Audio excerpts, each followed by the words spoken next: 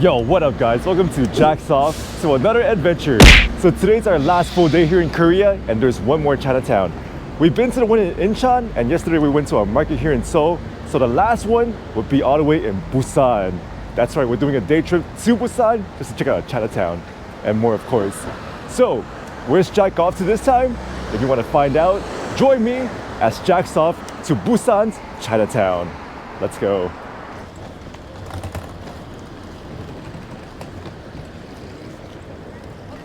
So check it out, this is the GS25 Mart. There's a lot of these at the stations. It's like a 7-Eleven. They got everything you need to start an adventure. And I heard these are pretty good. Some banana milk. Check out all the protein choices they have. You want to start your day off with chicken breast? They have it. With a sausage in your mouth? They also have it too. So to get to Busan, we are taking the KTX. And here it is, the KTX station. Sometimes, even though the end goal is Chinatown, the adventure part is the fun part. Ooh. So let's check out the inside of the KTX here, the cabin. It's pretty spacious. You have a little bit more than 6 inches of leg space. There's a footrest. There's a tray table where you can eat your food. Little front pouch. And an outlet right here, you got USB as well.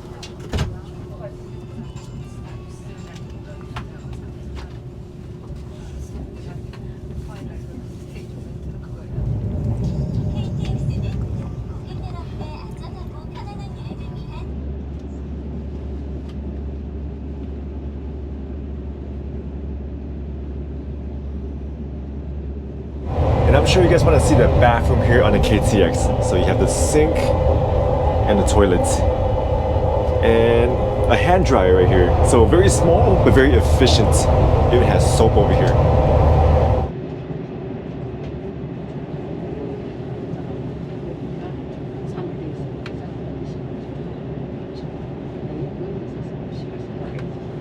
Ooh, 2.5 hours later from this train to Busan, we have made it to Busan.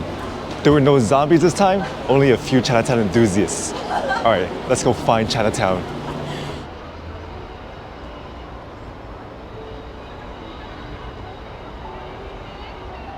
Behind me is Busan KTX station, and over yonder, that right there, Chinatown. And the mascot of Busan right here, the Xiao Gigi. That's how you know we're in Chinatown, which is right over there. Woohoo! All right, once again, let's check out this gate right here. The very vibrant design. You have the golden pillars, a lot of red, and then you have lanterns leading you into Chinatown. Aside from the lantern, there's really not much like Chinese characteristics over here, except for a secondary gate. And over here, it says Chinatown. I guess that makes it very official. This pretty much is? No, it's very dead here. I guess we'll go more this way. When we were at Incheon's Chinatown, there were a lot of 三国志 stuff. Same here again. Liu Bei, Guan Yu, Zhang Fei, Cao Cao. All these Chinese literature characters. On this street, this is the ever so famous Guan Yu, the god of war, and he is guarding the Korean dessert cafe here. Very nice statue. Over here we have his partner in crime, Zhang Fei, who is also a crazy guy in battle, but he's not as famous as Guan Yu. So he is guarding the Cosmo Karaoke. Who do we have here? The pose of an ancient Chinese warrior right here. You need the 2 fingers to shock your enemies, and then you slice them with the sword.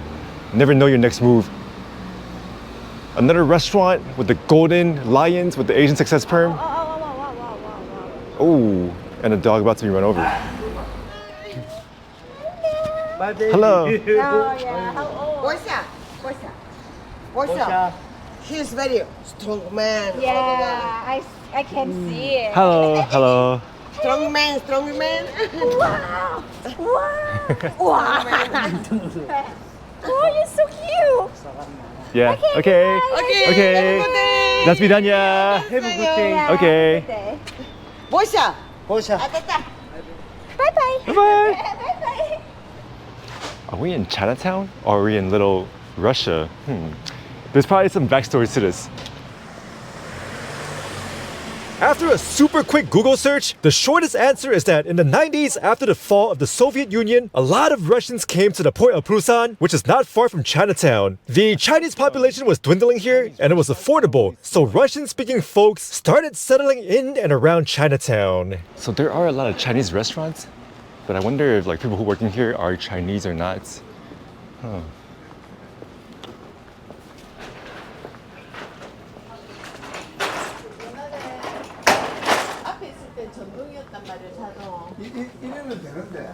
So check it out. I think that's Russian right there. Oh yeah. Uh-huh.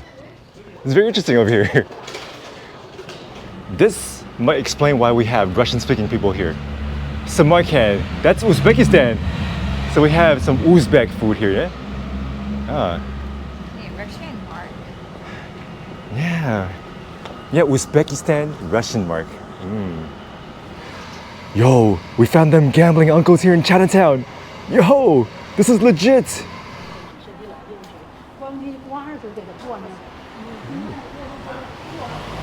Chinese auntie. But anyways, we ventured out a little bit further and we found another gate right here. And this gate is guarded by, look at this lamppost. A golden dragon lamp. So earlier there were a lot of ajumas here, which made me kind of shy because I'm introverted. So we have the Choyang Modern History Gallery. I'm gonna use Google Translate and try to translate some of these things. So here, the Choyang Sea was a seaside of white sand and pine trees, home to ancient tombs and graves.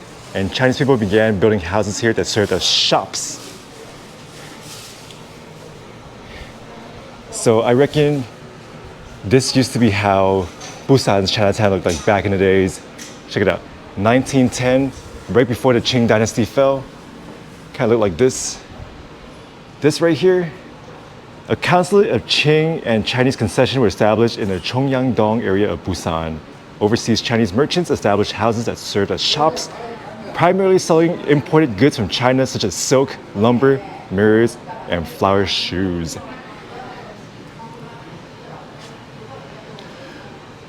More history over here. So it also talks about the Japanese occupation of this area. So I'm guessing there's probably some history between Manchukuo and here as well. Check it out, 1920, 1914. In the 1930s, they started having cable cars. And this looks just like Japanese architecture, doesn't it? This right here, 1950s, after the Second World War.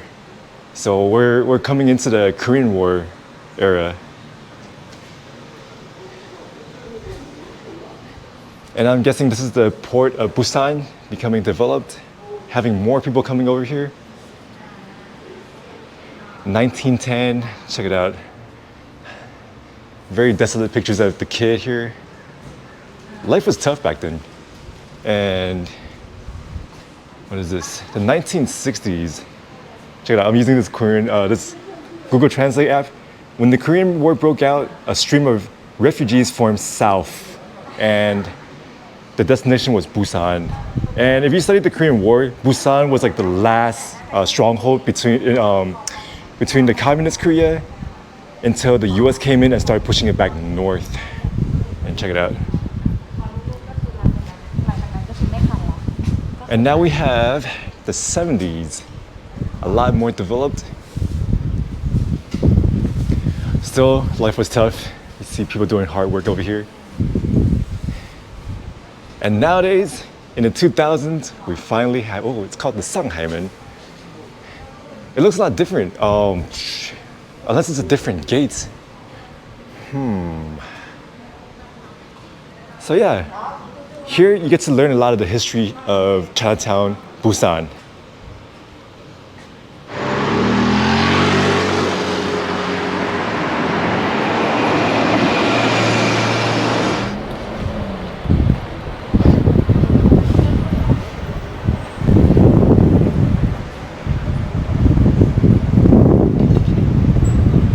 All right guys, so we made it back to the entrance of Busan's Chinatown. You know, Even though it's small, it's definitely very interesting. Not only do we have a lot of Chinese restaurants, we also have some Russian-speaking people.